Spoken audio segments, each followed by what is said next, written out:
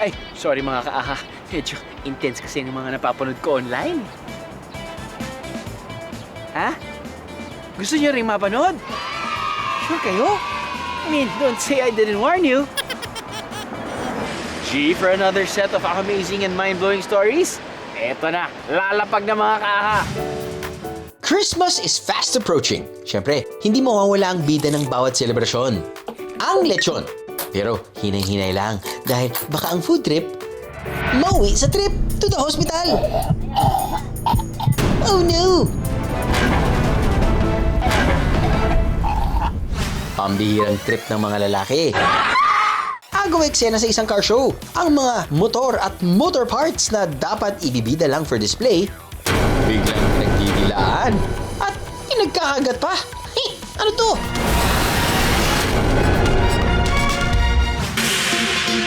Literal na magiging makulay ang buhay nyo kapag kayo ay naging human canvas? Kailangan daw sayawan.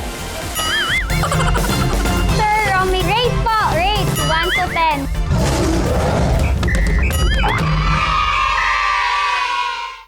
Dahil limitado lang ang paint ni Bangus Girl, inuna muna niyang mag-mix ng colors na gusto niya.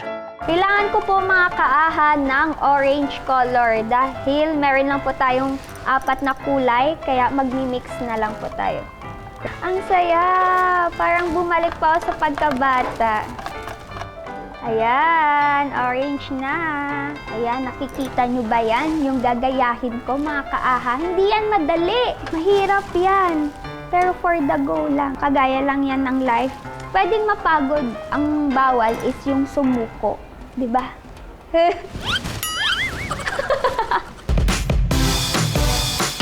Blue paint muna ang inunang ilagay ni Bangus Girl. Saka siya nag-mix ng paint para makagawa ng darker blue. Ay! Hala, nakuha ko yung... Oh! Ang galing-galing! Plastic, no? Nakaka-amaze. Kasi akala ko pag nagpe-painting ka, kailangan mo ng maraming kulay. Para mas mapabilis ang pagpipinta, naisip ni Bangus Girl na magpatulong sa kanyang art teacher kung paano gamitin ang water gun. Matatry na natin ang ating painter gun. Uy, hala! I-try nga natin sa camera. Sabi lang kulit. Hala! Wow! Dahil may time limit ang session dito sa Splat Room, itong si Bangus Girl, serious mode na! Sumunod na niyang ipininta ang mga detalye ng ulap. Dapat makita yung yellow tsaka orange. Humingi na rin siya ng tulong sa kanyang art teacher. Dahan-dahan na lang po para yung kapal niya.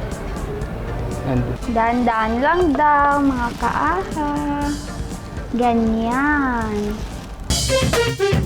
Para sa mga guests na may gustong i-achieve na technique o style, pwedeng-pwede talagang magpaturo sa mga art teacher dito sa Splat Room.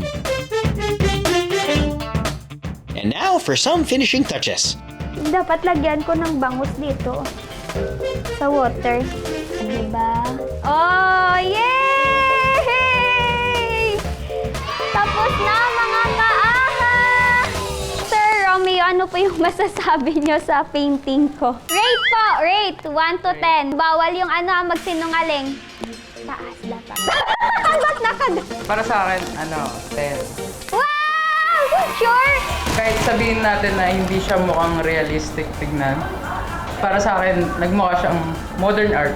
Basta't makuha mo yung essence, yung pakiramdam po. So sa akin naman, naramdaman ka naman yung scene na pininting niya. May mga nakita akong ibon and bangus. Diba? Siyempre, dapat hindi mawawala yung bangus natin.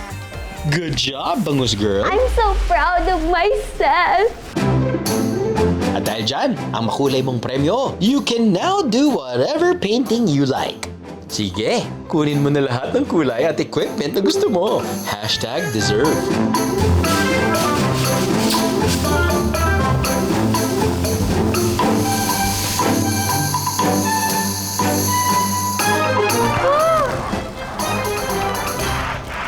Hala!